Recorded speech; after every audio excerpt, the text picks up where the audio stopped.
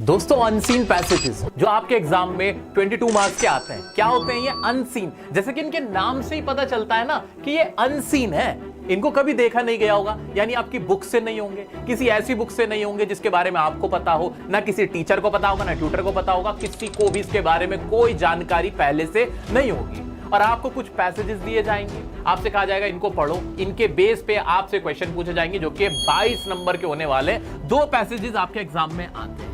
अब इनको करना कैसे है? देखा जाए आपके एग्जाम में ऑलमोस्ट 27% आपके जितने मार्क्स हैं वो इसी में हैं। अब क्या इसको करने के लिए बहुत ज्यादा पहले से प्रिपेयर होने की जरूरत है? The answer is no.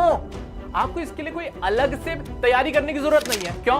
क्योंकि इसका ना तो कोई फॉर्मेट होता है कि भाई यही फॉर्मेट है, ये बना देंगे, इस तरह से कर लेंगे 2 मार्क्स मिल जाएंगे, ऐसा भी नहीं होता है। ना ही इसका कोई सेट पैटर्न है कि सिर्फ यही सवाल आएंगे, ऐसा भी नहीं होता। अगर एग्जामिनर चाहे ना तो तुम्हें ऐसा अनसीन पैसेज दे दे कि तुम्हारा पेन भी ना उठे, और चाहे तो इतना आसान दे दे कि तुम्हारे 22 में से 22 नंबर आ जाए। डिपेंड करता है एग्जामिनर का जो आपका क्वेश्चन पेपर सेट किया गया है वो किस तरह का किया गया है, ये इस पर डिपेंड करता है। मैं आपको क्या कराने वाला हूं? मैं बताने वाला हूं तुम्हें कुछ ऐसी स्ट्रेटेजी मेरे छोटे बहन भाइयों। क्या वो स्ट्रेटेजी रहेगी कि एग्जाम में कैसा भी अनसीन पैसेजेस आ जाए हम ना फंसें, हम उसको बहुत अच्छे से अटेम्प्ट कर पाए। वो स्ट्रेटेजी मैं आपको बता देता हूं। कुछ स्टेप्स हैं, उन स्टेप्स को आपको फॉलो करना ही होगा। चाहे लास्ट मिनट पे आप ये वीडियो देख रहे हो तब भी ये स्ट्रेटेजी आपके काम आने वाली है। क्या है वो स्ट्रेटेजी, आइए बताता हूं। दोस्तों जानते हैं पहले क्या होता था? पहले आपसे जो अनसीन पैसेजेस के क्वेश्चन पूछे जाते थे उनका आंसर पैसेज में ही लिखा होता था और आप कॉपी पेस्ट कर दिया करते थे, आपको नंबर मिल जाते थे। फिर सीबीएसई ने कॉम्पिटेंसी बेस्ड क्वेश्चन को इंट्रोड्यूस किया। अब ऐसा नहीं होता, लेकिन साथ ही सीबीएसई ने पता है क्या कहा है? आपको मैं दिखाना चाहूंगा सीबीएसई की मार्किंग स्कीम। सीबीएसई ने जो अपनी मार्किंग स्कीम दी है उसमें खुद कहा है, साफ साफ कहा है, क्या लिखा हुआ है? Language expressions may vary but the idea should remain relevant। कि आप जो इनका 1 नंबर का आंसर लिख रहे होते हो अनसीन पैसेजेस का, उसकी लैंग्वेज अलग हो सकती है, उसका लिखने का तरीका अलग हो सकता है, लेकिन जो आइडिया है वो अलग नहीं होना चाहिए। तो अपने माइंड में से भूत निकाल दो, ये डर निकाल दो कि एक ही कोई करेक्ट आंसर होगा। नहीं नहीं नहीं नहीं, अगर कोई भी क्वेश्चन आपसे पूछा गया अनसीन पैसेज में, आपने उसका मिलता जुलता भी आंसर लिखा है तो आपको पूरे नंबर मिल जाएंगे। तो इसके लिए सबसे इंपॉर्टेंट पता है आपके लिए क्या है? इस वक्त सबसे इंपॉर्टेंट जो आपको करने की जरूरत है वो है वोकैबुलरी। भाई आपको वोकैबुलरी अच्छे से लर्न करनी है। अब इतने कम समय में कैसे वोकैबुलरी लर्न होगी? अरे नहीं नहीं नहीं, बहुत ज्यादा रटने की जरूरत नहीं है। जो कॉमन वोकैब्स है ना, जो आपके चैप्टर्स में है, वो वाली भी आपके काम आने वाली हैं, उनका भी यहां इस्तेमाल आप आराम से कर सकते हो। जो कैरेक्टर स्केच आपने लर्न किए हुए हैं, जो थीम्स आपने लर्न की हुई हैं, लॉन्ग आंसर आपने पढ़े हुए हैं, उनके साथ जो भी आपने कीवर्ड्स याद किए थे, इस्तेमाल कर रहे हो ना, वो ही यहां पे भी काम आ जाएंगी। कोई दिक्कत वाली बात नहीं है। लेकिन अगर आपके पास टाइम बचा हुआ है, 2-3 घंटे हैं, 4 घंटे 5 घंटे हैं, तो वो समय ना अनसीन पैसेज की प्रैक्टिस करना चाहते हो तो वो समय इन वोकैब्स को ज्यादा से ज्यादा वोकैब को लर्न करने में, उनका मीनिंग जानने में निकाल देना। इससे बहुत फायदा होने वाला है। दूसरा काम आपको क्या करना है? दूसरा काम क्या करना है? अनसीन पैसेज को सॉल्व करने के लिए जो दूसरी सबसे इंपॉर्टेंट चीज है वो है कि आपको समझ में आए। अनसीन पैसेज अगर आपको समझ में ही नहीं आया तो फिर आपका कुछ नहीं हो पाएगा। तो हमें क्या काम करना है? हमें स्मार्ट टीचर के स्मार्ट स्टूडेंट, हम थोड़ी सी तो ग्रामर पढ़ लेंगे, थोड़ी सी ग्रामर, इतनी ग्रामर पढ़ लेंगे कि जो अनसीन पैसेज में मोटा मोटा मीनिंग क्या निकल रहा है वो समझ में आ जाए, उसका सेंस हमें समझ में आ जाए कि सेंस क्या निकल रहा है। अगर वो करेक्ट हमने सेंस कर लिया कि हाँ भाई इसका मीनिंग ये निकल रहा है तो इसका आंसर क्या होना चाहिए, तो हमारा बड़ा फायदा हो जाएगा। क्यों क्यों क्यों ऐसा क्यों कह रहा हूं मैं? क्योंकि आपसे बहुत सारे क्वेश्चन ऑप्शनल होते हैं, आपको ऑप्शन दिए जाते हैं, उसमें से एक चूज करना होता है। यहां आपसे ट्रांसलेशन नहीं कराई जाती। तो मेरे प्यारे दोस्तों, मेरे छोटे बहन भाइयों, याद रखो अनसीन पैसेज के नाम से ऐसे डरने की जरूरत नहीं, कोई अव्वा नहीं है। आपसे ट्रांसलेशन करने को नहीं कहेगा। जानबूझ के आपके अनसीन पैसेज के अंदर जानबूझ के डेलिबरेटली सीबीएसई ने क्या किया हुआ होगा? टफ वर्ड्स, डिफिकल्ट इंग्लिश के वर्ड्स डाल रखे होंगे जानबूझ के कि बच्चा फंस जाए। यहां आपकी इंग्लिश का टेस्ट नहीं होता है, यहां आपका मेंटल टेस्ट हो रहा है कि 22 नंबर बच्चा लेने लायक है कि नहीं। क्या वो डर रहा है, क्या वो सहम रहा है, या फिर वो अपना दिमाग लगा रहा है, थोड़ा भी उसके अंदर कॉमन सेंस है तो हम नंबर देने के लिए तैयार हैं। इतना क्लियर हो गया आपको, इतना क्लियर हो गया कि अनसीन पैसेज की अगर मुझे प्रैक्टिस करनी है तो मैं कैसे प्रैक्टिस करूंगा, वो 4 घंटे में कहां लगाऊंगा, वोकैबुलरी पढ़ूंगा ज्यादा से ज्यादा, और क्या करूंगा, और ग्रामर क्या सारी पढ़ लूं सर 1-2 घंटे में, पूरी रात में मेरे बड़े भाई कैसे कर लूंगा मैं? अरे पूरी थोड़ी करने को कह रहा हूं, जरा टेंस समझ लो, टेंसेस, ताकि थोड़ा बहुत छोटा छोटा सेंटेंस बनाना आता हो। और वॉइस बहुत इस्तेमाल हो रही होती है, पैसिव वॉइस के सेंटेंसेस अनसीन पैसेजेस में बहुत डाले जाते हैं, ये आपको पता होने चाहिए। प्रेपोजिशन जो छोटी मोटी प्रेपोजिशन है, ऑन, इन, इनटू, बाय, ये सारी थोड़ी पता होनी चाहिए, ये तुम्हारे काम आ जाएगी। इससे क्या फायदा हो जाएगा सर, क्या फायदा हो जाएगा इससे? मेरा बच्चा, ये फायदा हो जाएगा कि ये जो बड़े बड़े अनसीन पैसेजेस तुम्हारे सामने खड़े हुए होते हैं ना, ये देखो ये बड़े बड़े ये अनसीन पैसेजेस, इनका ना मीनिंग तुम्हें समझ में आ जाएगा। ये बड़े बड़े देखो पैसेजेस है, इनका ना मीनिंग तुम मोटा मोटा आइडिया लगा पाओगे। अगर इंग्लिश अच्छी नहीं भी है, कमजोर है, तब भी आप आराम से इनका मतलब समझ पाओगे, इतना आपका काम हो जाएगा। मोटी मोटी बात समझ में आ गई? क्या मैं आगे बढ़ जाऊं? हां सर आगे बढ़ जाओ, आगे की कहानी सुनाओ। अब आपको करना क्या है वो सुनो। दोस्तों जो हमसे अनसीन पैसेज में क्वेश्चन पूछे जाते हैं, जो एक पैटर्न चलता हुआ आया है, वो मैं बताता हूं कि कैसे कैसे क्वेश्चन आपसे पूछे जाएंगे। एक तो ऑप्शनल बेस्ड क्वेश्चन होंगे, यानी आपको क्वेश्चन दिया जाएगा और उसमें आपको ऑप्शंस दिए जाएंगे। आइए मैं दिखा देता हूं किस तरह के क्वेश्चन कह रहा हूं मैं, किस तरह के क्वेश्चन कह रहा हूं। ये रहे आपके ऑप्शनल बेस्ड क्वेश्चन, ये रहे आपके ऑप्शनल बेस्ड क्वेश्चन, ये रहे इस तरह के। देखो ये रहा प्रीवियस ईयर क्वेश्चन है आपके सामने, ये रहा। यहां आपसे क्वेश्चन पूछा गया कि भाई majority of seagulls fly only short distances as, और 4 ऑप्शन दे दिए। अब 4 ऑप्शन में से हमेशा ऐसा होता है कि जो 2 या 3 ऑप्शन होते हैं बिल्कुल बच्चों वाले होते हैं, बिल्कुल बच्चों वाले। अगर मैंने अनसीन पैसेज को पढ़ा भी नहीं है तो भी मैं इसमें बच्चों वाले वो ऑप्शन को बिल्कुल निकाल के फेंक सकता हूं। जैसे उसमें पूछा गया है कि जो मेजॉरिटी ऑफ सीगल होते हैं वो शॉर्ट डिस्टेंस पे क्यों उड़ते हैं, और रीजन क्या दे रखा है, दे डोंट हैव एनर्जी, उनके अंदर एनर्जी नहीं होती। ये तो मुझे बिल्कुल बकवास बात लग रही है। तो इस तरह के ना बहुत उल्टे सीधे ऑप्शन दिए गए होते हैं बच्चों वाले, जिन्हें आप देखते ही कट कर सकते हो। तो एक तो ऑप्शनल वाले क्वेश्चन होते हैं, याद रखना ये तुम्हें नंबर देने के लिए एक मौका दिया गया होता है कि ऑप्शन दे दो, उल्टे सीधे ऑप्शन उसमें बच्चों वाले डालो, बिल्कुल बेवकूफों वाले, और वो हम देख के पकड़ लेंगे, ठीक है। और कौन से फिलिप्स वाले क्वेश्चन होते हैं, आपको एक सेंटेंस दिया जाएगा और आपसे कहा जाएगा कि अनसीन पैसेज को आपने पढ़ा है तो इसको फिल इन द ब्लैंक को कंप्लीट करो। एक ऑपोजिट आपसे पूछ लिए जाएंगे कि बता दो इसका एंटोनिम्स क्या है, बताओ ऑपोजिट वर्ड क्या होगा, पैसेज में से ढूंढ के बता दो, या फिर ऐसे ही बता दो। वो आपसे ऑपोजिट वर्ड पूछ लेगा या सिमिलर वर्ड पूछ लेगा।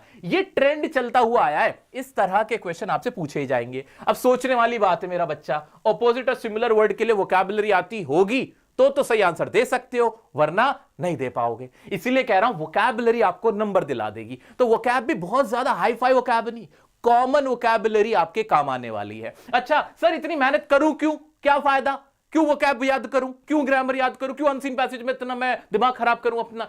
मेरा बच्चा आगे सीयूईटी का एग्जाम दोगे, उसमें भी इंग्लिश पूछी जाएगी, उसमें भी यही वोकैबुलरी, यही अनसीन पैसेज टाइप के क्वेश्चन, ये सिनोनिम्स एंटोनिम्स पूछे जाएंगे। तो जो 1 महीने बाद अब तुम पेपर दोगे ना सीयूईटी का, या कोई भी एंट्रेंस दोगे, उसमें यही सब आपसे पूछा जाना है। तो आपका डबल फायदा है।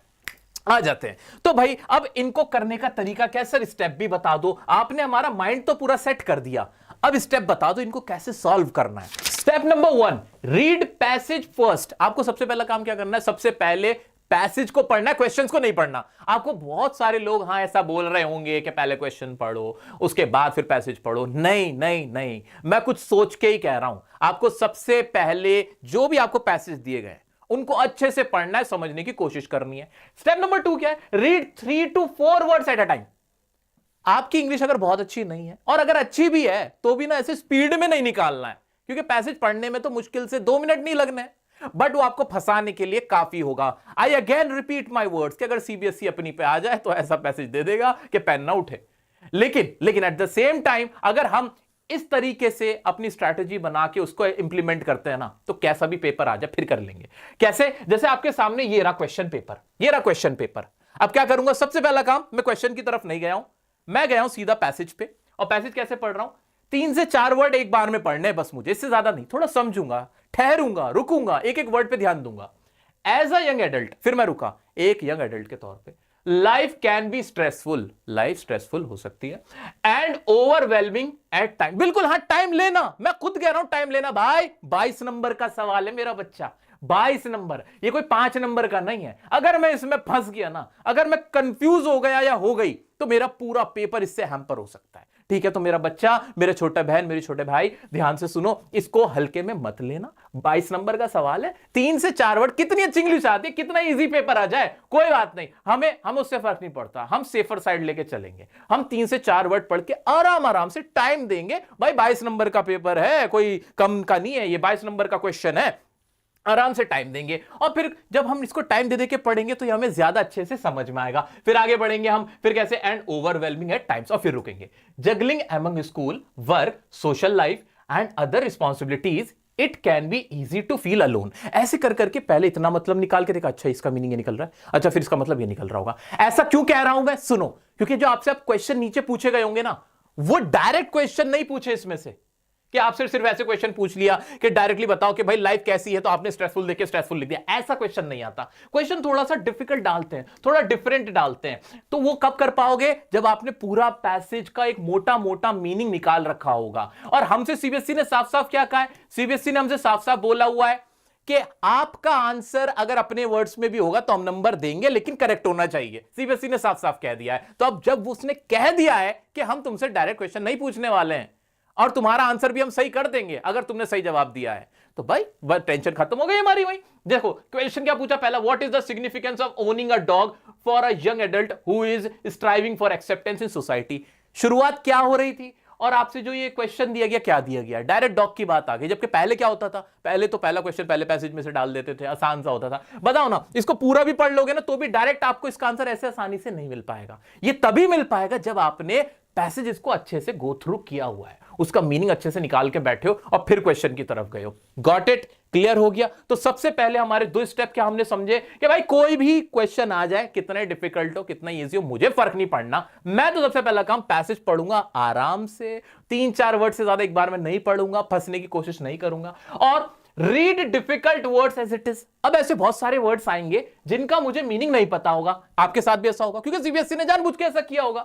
जो मेरा क्वेश्चन सेट किया गया होगा उसमें ऐसे बहुत सारे वर्ड होंगे जिनका मुझे मीनिंग नहीं पता होगा। जैसे कि मैं आपको दिखाता हूं, जैसे ग्रूमिंग का मतलब क्या मुझे नहीं पता, तो मैं इसको ग्रूमिंग ही पढ़ लूंगा, ग्रूमिंग ही पढ़ लूंगा और कुछ करूंगा ही नहीं। ऐसे ही सेंस ऑफ रिस्पॉन्सिबिलिटी को मैं सेंस ऑफ रिस्पॉन्सिबिलिटी पढ़ लूंगा, इसकी हिंदी नहीं बनाऊंगा क्योंकि मुझे यहां ट्रांसलेशन करने को नहीं कहा गया है। और इसका मीनिंग ऐसे निकालूंगा, having a dog as a companion can encourage. इतना कंपेनियन का मीनिंग नहीं पता, कोई बात नहीं, मैं इसको ऐसे पढ़ लूंगा कि डॉग का होना एक कंपेनियन की तरह होता है जो कि इंकरेज कर सकता है यंग्स को। खत्म बात, खत्म बात। तो आपको हिंदी नहीं करनी है, घबराना नहीं है। जहां लगे कि इस वर्ड का मीनिंग नहीं आता, कोई फर्क नहीं पड़ता, मैं इसे इंग्लिश में ही पढ़ लूंगा। फायदा क्या होगा, आंसर मिल जाएगा इजीली। जो ऑप्शन वाले क्वेश्चन है वो कर पाऊंगा, जो फिलअप वाले क्वेश्चन है वो अटेम्प्ट कर लूंगा मैं या कर लूंगी। ठीक है, इतना क्लियर हुआ? हाँ सर इतना क्लियर हुआ, अब तो थोड़ा थोड़ा मुझे कॉन्फिडेंस आ रहा है। और क्या, यूज कॉमन सेंस। बहुत सारे क्वेश्चन तुमसे जो पूछे जाएंगे ना, जो क्वेश्चन होंगे सारे कॉमन सेंस वाले होंगे, उसमें उल्टे सीधे ऑप्शन डाले गए होंगे जानबूझ के और आपसे कहा गया होगा कि आप बताओ इसका सही आंसर क्या है।